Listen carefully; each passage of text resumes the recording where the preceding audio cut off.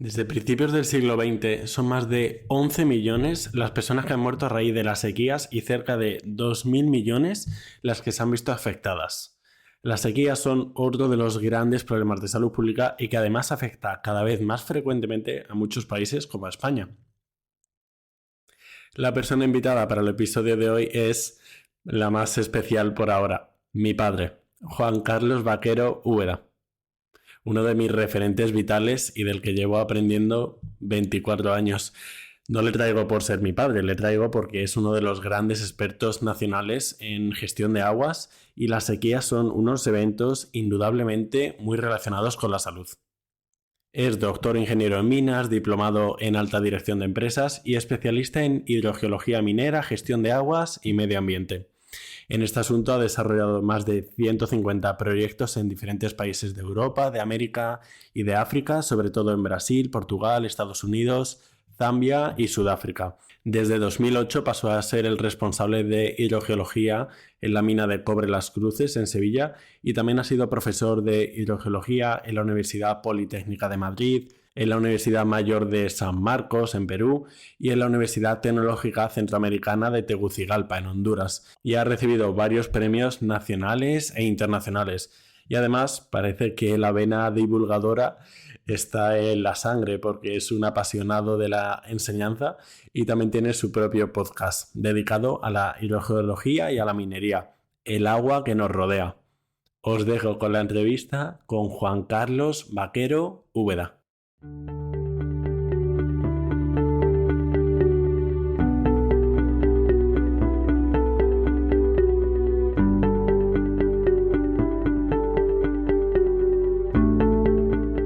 Segunda entrevista del canal con alguien no directamente sanitario y primera con una persona de mi familia, al menos por ahora. Hola papá, muchas gracias por pasarte por el canal. ¿Qué tal, Gonzalo? La verdad es que pasarme por el canal es muy fácil, ¿eh? Abrir la puerta y ya está. Como te decía, quiero que sea más conversación en el que hablemos de la sequía y la influencia en la salud, que yo a lo mejor de un poco más un aspecto sanitario, con datos que tengo aquí apuntados de la Organización Mundial de la Salud, de la Organización Mundial de Meteorología, y tú un aspecto a lo mejor más técnico de la parte de aguas, de minas. Para introducir, voy a leer unos datos que son oficiales de la Organización Mundial de la Salud, que es la importancia que tiene la sequía y por qué vamos a tratar la sequía en este canal que es de salud. Dicen, la OMS estima que unos 55 millones de personas en todo el mundo están afectadas por sequías cada año y que la escasez de agua potable afecta aproximadamente al 40% de la población mundial y hasta 700 millones de personas están en alto riesgo de desplazarse a causa de las sequías en 2030. Entonces yo quiero preguntarte, ¿ha aumentado el porcentaje o la cantidad de sequías a lo largo de los años? Bueno, lo primero tendríamos que saber qué es una sequía, porque a veces la gente confunde sequía, que es un evento, con lugar seco, de escasa pluviometría, o incluso con déficit hídrico. Una sequía realmente es un evento, es cuando en un lugar en concreto llueve un 20% menos de lo Un normal. 20%. Un 20%. Ahí podemos decir que empieza una sequía. Uh-huh. ¿Es severa o no es severa? Depende si esa situación se prolonga a lo largo del año. Podemos decir que si son ya 3 años, ya la sequía empieza a ser un pequeño problema. ¿De acuerdo? Pero claro, eso es en función de lo que llueve habitualmente en ese lugar. En el desierto, donde llueve muchísimo menos, en el desierto, por ejemplo, en el de Atacama, en Perú, que es el lugar donde menos llueve en todo el mundo, pues eso casi ni se nota, porque es que está lloviendo ahí 0,6 milímetros al año. O sea, ahí ni se nota, ahí es seco siempre, ¿vale? Pero por eso hay que diferenciar qué es sequía de lo que es un lugar seco, que no quiere decir que sea un desierto, ¿vale? Esa es la primera cuestión. Has hecho un comentario muy curioso con lo de los desplazamientos. Esos desplazamientos no son actuales, esos desplazamientos son históricos. Ha habido grandes desplazamientos históricos. ¿Por qué los vikingos empezaron a desplazarse hacia el sur? Pues tal vez porque ahí había un exceso de frío y entonces les obligaba a bajar hacia latitudes sureñas. Pero es que casualmente en ese mismo periodo, que sería más o menos en torno al año 900 después de Cristo, Ujú. será la extinción de los pueblos mayas. Los pueblos mayas se piensa, o por lo menos hay hipótesis con un cierto fundamento, que su extinción fue debido precisamente a una enorme sequía histórica, que en 7.000 años no se había dado. O sea, es algo tremendo. Entonces, realmente la sequía sí que puede mover pueblos. Ujú. Yo, una cuestión que me hago mucho y que seguro que también la has reflexionado, es si tenemos la misma cantidad de agua desde que hay agua en la Tierra, y ahora nos dirás tú desde hace cuánto es, ¿por qué estamos escuchando tan frecuentemente y sobre todo en España, por centrarnos un poco aquí, que hay cada vez más sequía? Si hay siempre la misma cantidad de agua en el planeta. En el planeta sí. O sea, vamos a ver, el agua es un elemento más, igual que una molécula, H2O, igual que puede ser un silicato, un óxido, etcétera, etcétera. Todo ello viene desde el origen de la Tierra. El origen de la Tierra, 4.500 millones de años, ¿de acuerdo? Luego ha habido algún aporte más por meteoritos, etcétera, pero podemos considerar que es constante la cantidad de agua. ¿Por qué decimos que se producen sequías? Porque está en relación con la pluviometría. Una sequía no es cantidad de agua, es cantidad de precipitación que se produce, ¿de acuerdo? El retorno a la Tierra. Entonces, si resulta que en Madrid, por ejemplo, tiene una pluviometría media de unos 500, entre 500 y 600 milímetros año, y llevamos X años teniendo una pluviometría de 400, evidentemente está pasando por un periodo de sequía. Andalucía es un poco más dramático, porque por ejemplo Sevilla tiene una media de 480 y estamos ahora mismo hemos tenido años de 290, 350, llevamos 4 años malos, ¿vale? Eso sí es una sequía. Uh-huh. ¿Ha bajado la cantidad de agua? No, la cantidad de agua general es la misma. Lo que sucede es que ha bajado la precipitación que percibimos nosotros a nuestra latitud. Hay otras latitudes que han percibido más agua, ¿de acuerdo? En concreto, las ecuatoriales. Las ecuatoriales han percibido más agua. Son los trópicos, y ahí es donde está España, donde se ha notado más esa bajada en la intensidad de las lluvias. Bueno, perdón, no en la intensidad, porque precisamente el problema de la sequía, por lo menos nuestro, es que ha bajado la pluviometría general, pero encima cuando llueve más torrencial. Uh-huh. ¿Vale? Sí, claro, o sea, yo me imagino, y lo que yo me suponía previamente, era que en realidad lo que ha ocurrido es una... Tienes que pensar, Gonzalo, que el clima es global. Tanto la atmósfera como los océanos son masas térmicas que mueven las corrientes y hacen un clima global. Entonces, si nosotros hemos tenido menos agua, en algún sitio se ha ido más agua, ¿vale? Pero luego también tenemos un enorme reservorio, que son los océanos. ¿Qué está pasando con la pérdida de agua en los casquetes polares? ¿A dónde está yendo? A los océanos. Entonces, aunque tengamos el mismo volumen de agua, si los océanos crecen, en algún sitio tiene que faltar ese agua. ¿Dónde falta? En la atmósfera. Menos precipitación. Y en la pluviometría no podemos incidir, al menos a priori. Entonces tendremos que hacer medidas para sostener la sequía, ¿no? Es decir, la reducción de pluviometría. Bueno, frente a la sequía lo que tenemos que hacer es trabajar preventivamente. También hay herramientas que se pueden emplear a, digamos, medio plazo, ¿vale? Y a corto plazo las restricciones, evidentemente, o el ahorro. Pero siempre hay herramientas. Pero ante la sequía, que es un evento puntual, es muy difícil actuar. Lo que sí que hay que hacer son políticas que desarrollen y se adapten a las nuevas situaciones. Por ejemplo, la agricultura es un gran consumidor de agua. No podemos pretender que en un país... ¿Más o menos un porcentaje? Pues en torno al 78-80% del consumo de agua se lo lleva la agricultura. De agua total, no Pero agua. no toda la agricultura se lo lleva igual, ¿eh? Porque hay agricultura muy responsable que lo hacen mediante goteos, hay otras que lo hacen mediante aspersión, bueno, una cosa media, pero hay otras que lo hacen por inundación. El 30% de la agricultura en España es por inundación. Explícanos un poco qué es cada una de estas Goteo técnicas. es que cada plantita tiene un dispensador de agua y va soplando una gotita a gotita. Ese evidentemente es un riego muy eficiente, porque además el grifo no está abierto siempre, está abierto cuando tengan que abrirlo, ¿vale? Los olivos, por ejemplo, etcétera. Hay otros que es por aspersión. Eso consume algo más, pero es por lo menos de una forma local y tú también la regulas, porque tú puedes abrir también el grifo, digamos, ¿vale? Pero hay otras plantaciones que no, que son literalmente abres una acequia o abres un pozo y distribuyes el agua inundando toda la superficie. Eso imagínate la pérdida de agua que tiene, porque claro que infiltra una parte, sí, pero muchísima se pierde por evaporación. Entonces eso es muy poco eficiente. un 30%, y además son enormes consumos de agua. En un lugar como España, donde lo que era de forma natural era el secano, lo prioritario, no podemos pretender que ahora todo sea de regadío.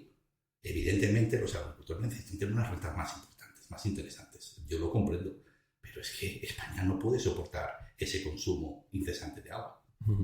También estamos plantando aquí aguacates y mangos y a lo mejor no es el territorio para plantarlo. Antes de hacerte otra pregunta, quería decir algunos datos de la Organización Mundial de Meteorología, que es muy importante también.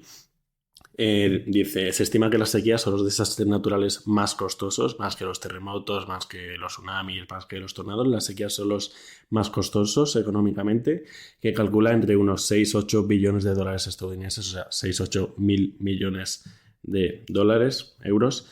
Y además es el desastre natural que afecta a más personas en todo el mundo. Desde 1900, más de 11 millones de personas han muerto a raíz de las sequías, cosa que además nunca nos cuentan en la carrera de medicina. Y también dice que desde 1970 la cantidad de tierra afectada por la sequía se ha duplicado. Bueno, que esto también me cuesta un poco entenderlo con el tema de la redistribución de las aguas y tal. Supongo que es porque se concentra más en unas, entonces... Justo, pero luego también es por lo que te he comentado, una tierra de secano, nadie diría que está seca, porque es que es así. En las grandes estepas de secano, que hay por ejemplo aquí en el sur, es que son así, no son de riego, cogen el agua que le viene por la lluvia, ¿de acuerdo? Entonces, que tú cuando vienes en un avión ves que es muy marrón nuestra superficie, es que es la que es. Nosotros no tenemos enormes masas boscosas o grandes prados tropicales, no tenemos eso. Eso es lo nuestro. Sí te puedes encontrar algunas zonas, como por ejemplo los litorales, sobre todo, donde se concentra mucha agricultura. Pero la agricultura no es la culpable. O por lo menos no 100%, todos somos culpables, todos. El turismo, por ejemplo. El turismo nos vanagloriamos de un ingreso extraordinario y para nuestro PIB es muy importante el turismo, pero el turismo es un consumo enorme de agua, porque es agua de calidad. Pero turismo... El turismo veraniego. ¿Naval? O sea, ¿naval o el turismo en general? No, el turismo en general. Las costas, básicamente se concentra en las costas, pues tiene un consumo enorme de agua. Encima en un lugar donde ya de por sí hay un déficit hídrico importante. Por ejemplo, Almería, ¿de acuerdo? Entonces, evidentemente eso hay que fomentarlo, hay que fomentar el turismo porque es una fuente de ingreso. Lo que pasa es que no puede dárseles el agua a precio cero. O sea, tienen que pagar lo que cueste hacerles ese agua. Ese agua puede venir de una desaladora. Pues tendrán que pagar ese metro cúbico al precio de la desaladora. No puede pagarlo todo el Estado, lógicamente. Por retomar el punto anterior de en qué nos gastamos el agua, más o menos un 70% en la agricultura. ¿Qué agricultura? 78-80%. Vale. Que además entiendo que agricultura incluye ganadería. Sí, agropecuaria. Vale. ¿Y el resto del porcentaje? Pues mira, un 11% más o menos es el abastecimiento a centros urbanos, el agua de boca, la que tomamos nosotros, ¿de acuerdo? Y el resto, que más o menos es un 9% en España, es el consumo industrial, ¿de acuerdo? Entre el que están las minas, por ejemplo, o algunos otros industrias, por ejemplo, también la generación eléctrica, hidroeléctrica, está ahí también incluido. Entonces, claro, se ve que hay... Pero ese agua no se gasta, ¿no? Bueno, es que una cosa es que se use el agua y otra que se pierda ese agua, ¿de acuerdo? Hay muchos procesos industriales que lo que hacen es emplear un agua, pero luego la depuran y la vierten. Evidentemente, eso no tiene el mismo tratamiento que un agua que echamos directamente a un suelo, ¿de acuerdo?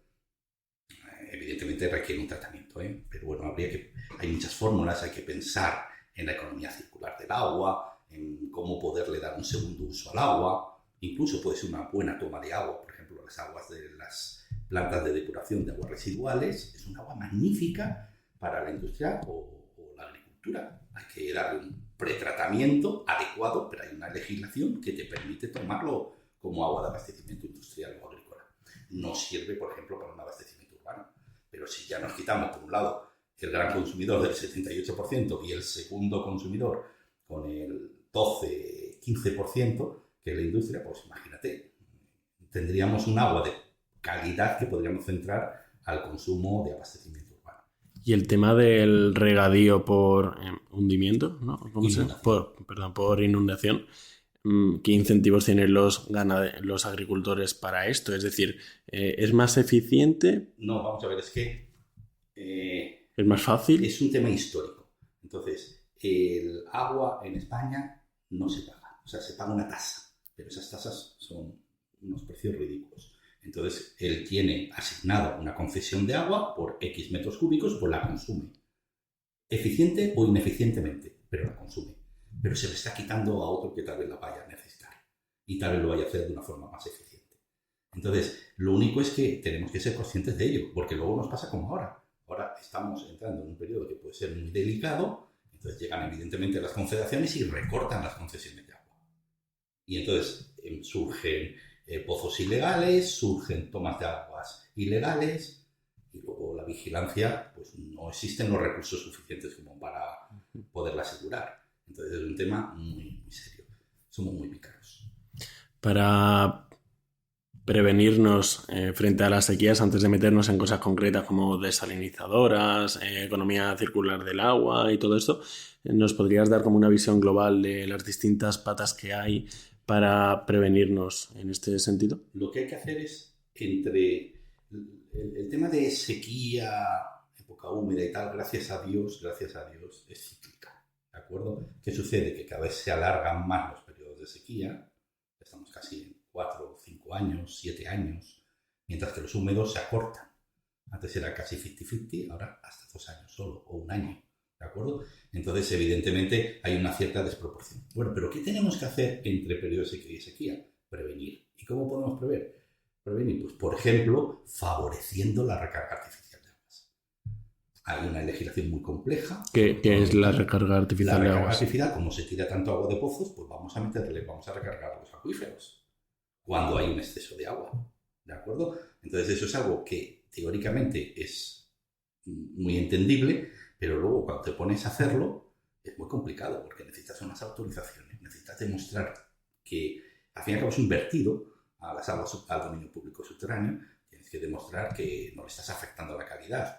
Evidentemente lo tienes que hacer, pero haría falta facilitar esas actividades o incluso hacerlas desde la propia administración. O sea, redistribuir eso para arreglar los acuíferos, ayudarles a recargarse y recuperar esos niveles. Otra cosa que hay que hacer es, evidentemente, fulminar las tomas ilegales.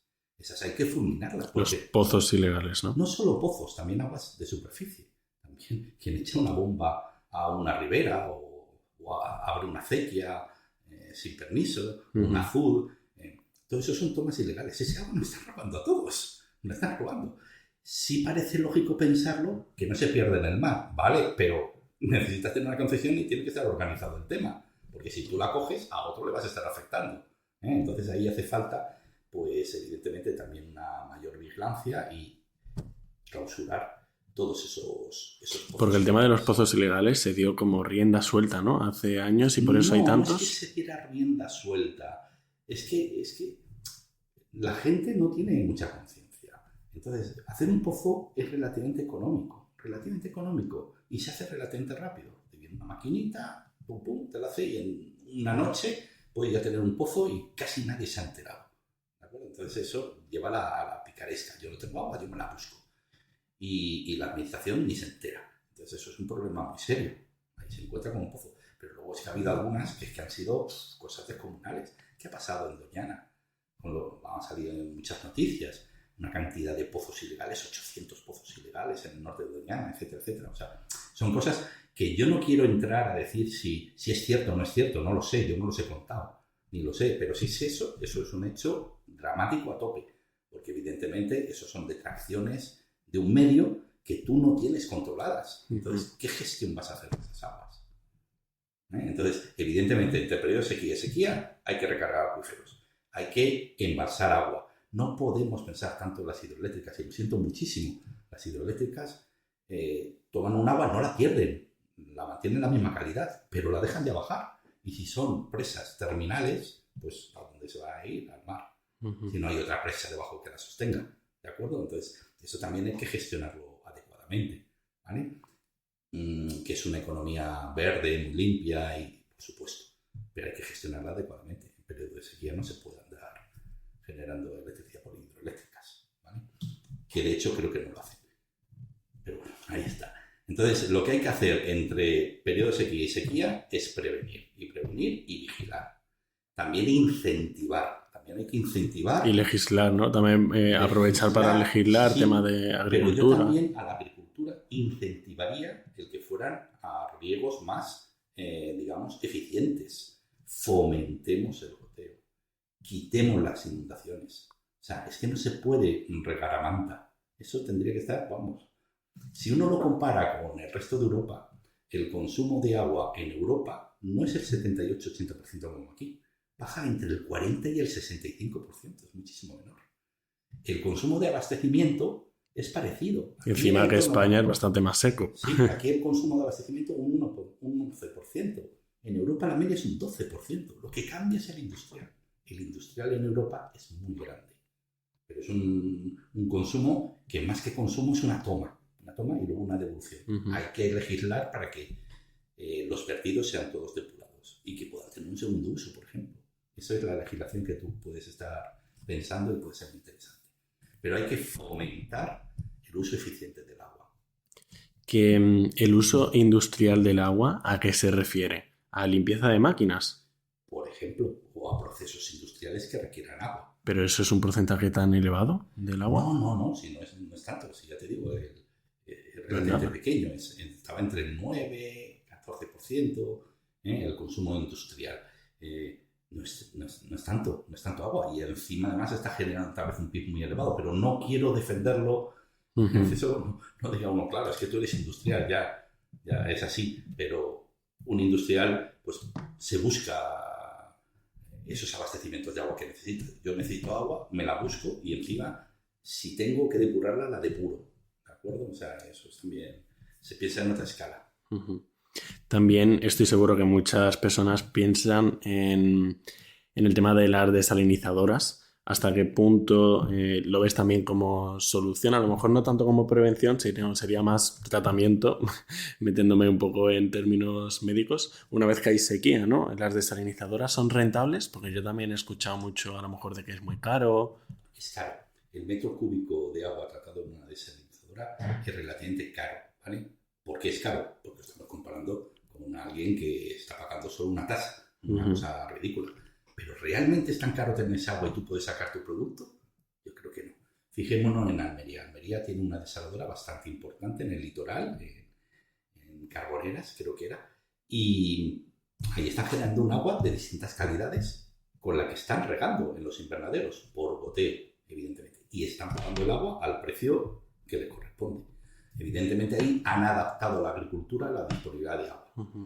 Yo hace 20, ¿Y la eficiencia 30, de los cultivos cómo ha ido? Hace 20, 30 años yo iba por ahí y eso era un desierto. El desierto de Tabernas era un desierto. Ahora vas y está lleno de almendros o está lleno de árboles, pero que no exija mucha agua y todos con su goteo.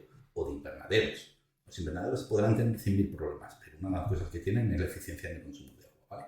Y están consumiendo el mismo agua con el que se está abasteciendo algunas poblaciones. Entonces ahí ves que una desaladora tiene un uso y no hay que apretar mucho en las desaladoras, porque gracias a Dios tienes el mar cerca, entonces tienes una toma de agua y le puedes devolver tu rechazo más salino a una cierta distancia, con difusores para que no tenga impacto, etcétera, etcétera, o el menor impacto posible, y poder satisfacer una necesidad, ¿de acuerdo? Pero las desaladoras para mí sí son un buen recurso, pero haciéndolo con cabeza. ¿Alguien se ha planteado alguna vez instalar una pequeña desaladora, que sea pequeñita, en el Guadalquivir, por ejemplo, en Sevilla, para abastecer el Sevilla? El río Guadalquivir no es salino, es salobre, porque tiene efecto mareal, tiene 1 gramo por litro de sal. Eso se trata relativamente fácil, tendría un coste relativamente pequeño y podría salvar esta soledad. No hay que pensar en ella solo para época de sequía. Lo que sucede es que si hay otra fuente más barata, habrá que emplearla. Pero tú tienes que hacerla en esos periodos entre sequía y sequía para tenerla cuando la necesites. Y en cuanto al consumo individual de agua, en torno al 8 o 9%, ¿no? 10 por ahí. ¿Qué responderías a alguien que te preguntase acerca de si realmente merece o no la pena que esta persona ahorre agua, porque el gran porcentaje es de agricultura y todo esto. Yo siempre pienso que con el ejemplo es fundamental el ejemplo. O sea, no podemos pedir a alguien que se está sacando las habichuelas y puede llevar a sus hijos a la escuela dejándose el lomo en un campo, trabajándolo, y nosotros, en cambio, tener el grifo de la ducha abierta continuamente, malgastando 200 litros en una ducha. Eso no lo podemos hacer, no es correcto. Entonces, yo creo que por imitación en las casas deberíamos de tener mucho cuidado con el consumo de agua. Ser un consumo más eficiente. Incluso hay medidas para emplear lo que son las aguas grises, las aguas no fecales, pero sí de lavadoras y tal, para darle un segundo uso en la propia vivienda.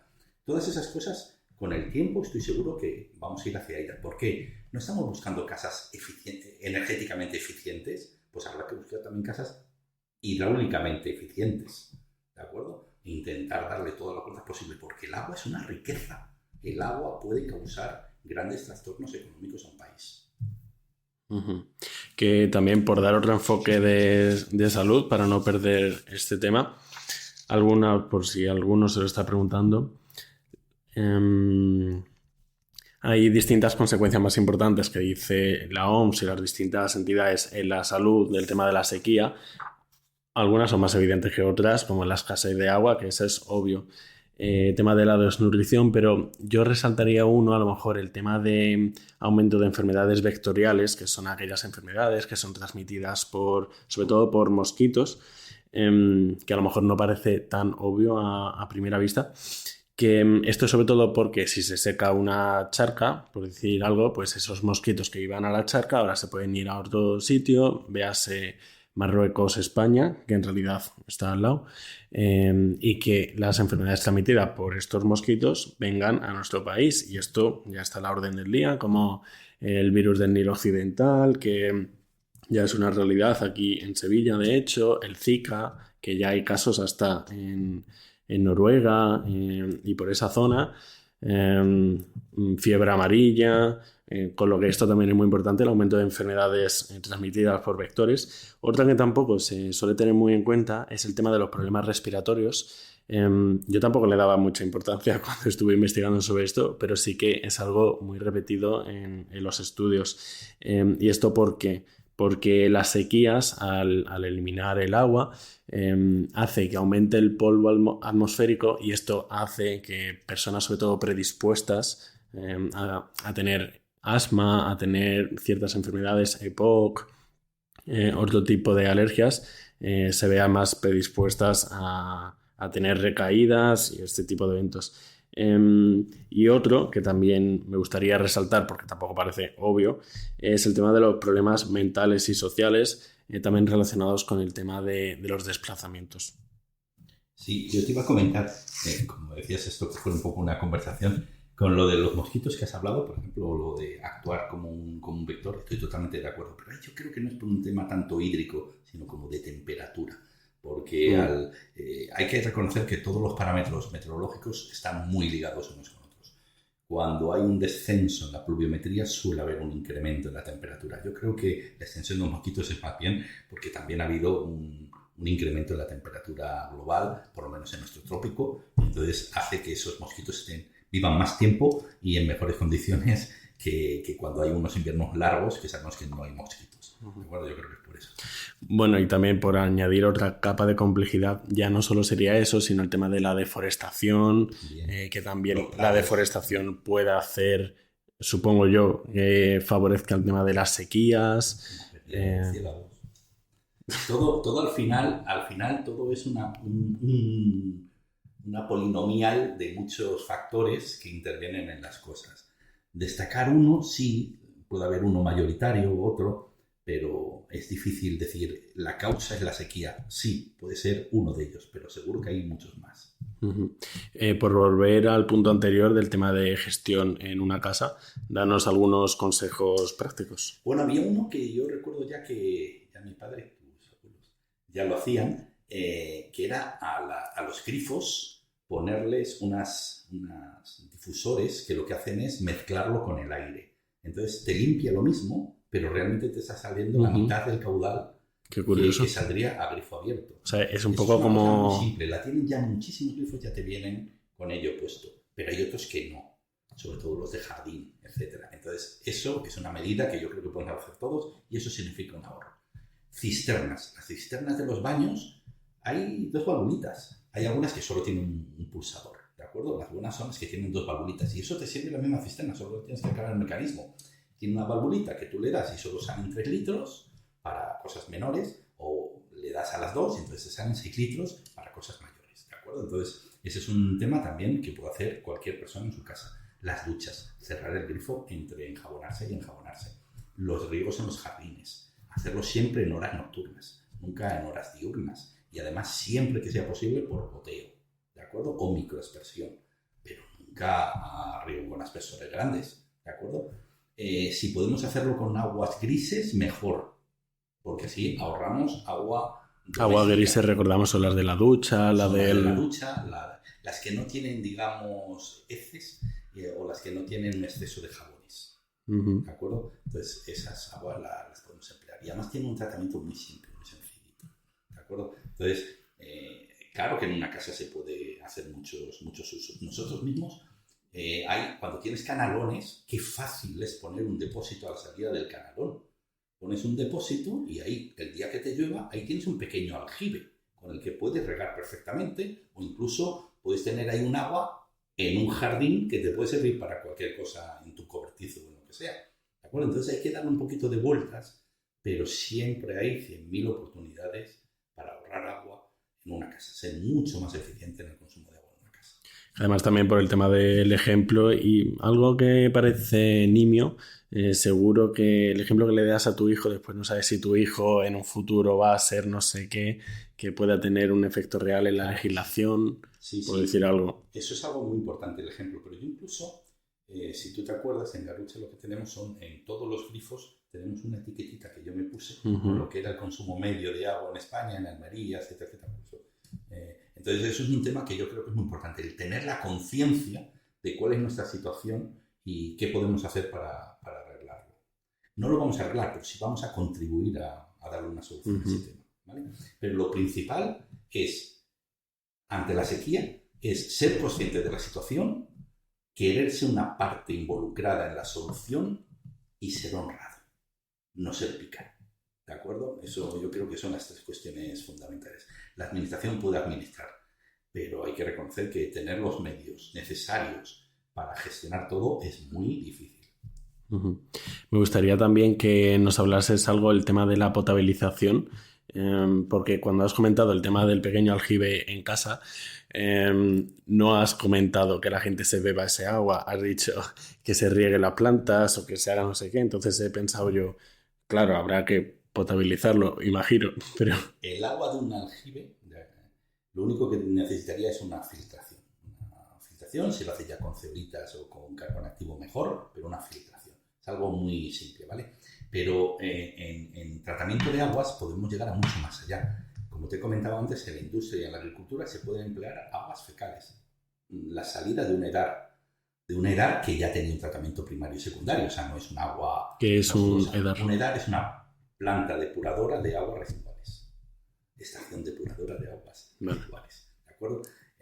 Sevilla tiene X, tiene 4 por ahora, y bueno, las tiene así distribuidas. Entonces, tú ese agua iría al río y se perdería. Esa es un agua muy buena que puedes traerte y tratarla. Es una depuración relativamente sencilla, mediante ultravioleta, mediante ultrafiltración, mediante incluso filtro de ceolitas, etcétera, etcétera, incluso con filtro de arenas. Pero logras tener un agua de magnífica calidad que puedes dedicar a distintos usos, los que te he dicho, industriales o agrícolas. No siempre hace falta un tratamiento muy complicado. Hay que adaptar el tratamiento a la calidad del agua que te está entrando. Pero los tratamientos tienen desde la ósmosis inversa, que hablamos para las desaladoras, hasta ultrafiltraciones, nanofiltraciones, etcétera, etcétera, que te van quitando partículas en función del tamaño que tiene esa molécula. ¿De acuerdo? O sea que hay muchos tratamientos. También hay tratamientos pasivos, tratamientos más activos, hay muchos tratamientos. La verdad es que, y gracias a Dios, tenemos muchas empresas súper especialistas en tratamiento de aguas. Encantadas siempre de ayudar, porque es un negocio. Danos algún ejemplo real de la mina, de cómo manejáis eficientemente el agua para tener una economía Sí. circular, que seguro que... Bueno, nosotros lo primero que tenemos es que nosotros la gestión de agua la hacemos integral. O sea, nosotros nos planteamos decir, bueno, nosotros somos esta caja negra, ¿qué necesidades tenemos de agua y cuáles son las posibles tomas que tenemos? Buscamos tomas. Había tomas que no eran fáciles, porque las tomas fáciles son precisamente aquellas que tienen mayor disputa. ¿De acuerdo? Hay que buscar tomas que puedan ser secundarias o terciarias, que nadie las quiera. ¿De acuerdo? Entonces nos fuimos a la edad de San Jerónimo, en Sevilla. Pero tú lo buscas. Entonces lo primero que haces es organizarte bien y hacerlo integral, porque los rechazos de un agua o el agua ya utilizada en un proceso tal vez te sirvan para otro. Entonces la reutilización dentro de tu propia estructura es algo que te va a ayudar a reducir el consumo de agua. Eso lo hacemos nosotros. Nosotros tenemos muchísimos bypass de pequeño tamaño, de gran tamaño, son retornos de agua. ¿De acuerdo? Un agua que yo he empleado, la retorno. ¿De acuerdo? Eso lo tenemos a pequeña escala y a gran escala. Y luego también ajustas tus consumos de agua, por ejemplo, para riego y minimización de polvo, a un agua de una calidad adecuada para eso. No te hace falta que sea una calidad buenísima, pues ese agua ya ha venido del proceso. ¿De acuerdo? O sea, lo que hay que hacer es jugar con distintos tratamientos, distintas fuentes, conocer muy bien su quimismo, intentar tener los tratamientos más flexibles posible para poder adaptarse a los cambios que pueda haber de forma natural, y también tenemos una toma interesante para nosotros, que es el propio drenaje minero. El drenaje minero, eso no se tira, eso se consume en la propia planta. ¿De acuerdo? Entonces, es un tema, tenemos un consumo bastante eficiente. ¿Podría ser mejor? Tal vez. Vamos a terminar por lo que debería ser el principio. Cuéntanos un poco cómo has terminado dedicándote al agua y a la gestión del agua. Bueno, yo soy ingeniero de minas, soy doctor ingeniero de minas, pero primero fui ingeniero de minas. Ingeniero de minas, en mi especialidad era la de laboreo y explosivos. Entonces no tenía nada que ver con agua, ¿de acuerdo? Pero tuve la suerte de tener un maestro maravilloso, el profesor Rafael Fernández Rubio, que me captó enseguida. Me captó, vi el mundo del agua que me resultaba muy interesante, el agua, el medio ambiente y la minería, y entonces ya me decidí a dedicarme a ese tema. Y soy doctor en hidrogeología, digamos. Entonces es un tema que me ha condicionado a mí mucho desde el principio. O sea, llevo X años ya trabajando, muchos años trabajando, y me he dedicado todos menos 6 meses al principio al agua. Entonces es un tema que a mí siempre me ha apasionado. El agua, la gestión integral de las aguas, el tratamiento, la captación, el drenaje, todo ello. Un tema muy apasionante, muy bonito. Me encanta el agua. Las aguas minerales. He trabajado mucho tiempo con aguas minerales, aguas termales. O sea, el agua en muchos aspectos. Muy bien, pues muchas gracias por pasarte por aquí. A ti. ¿Cómo no me voy a pasar por aquí?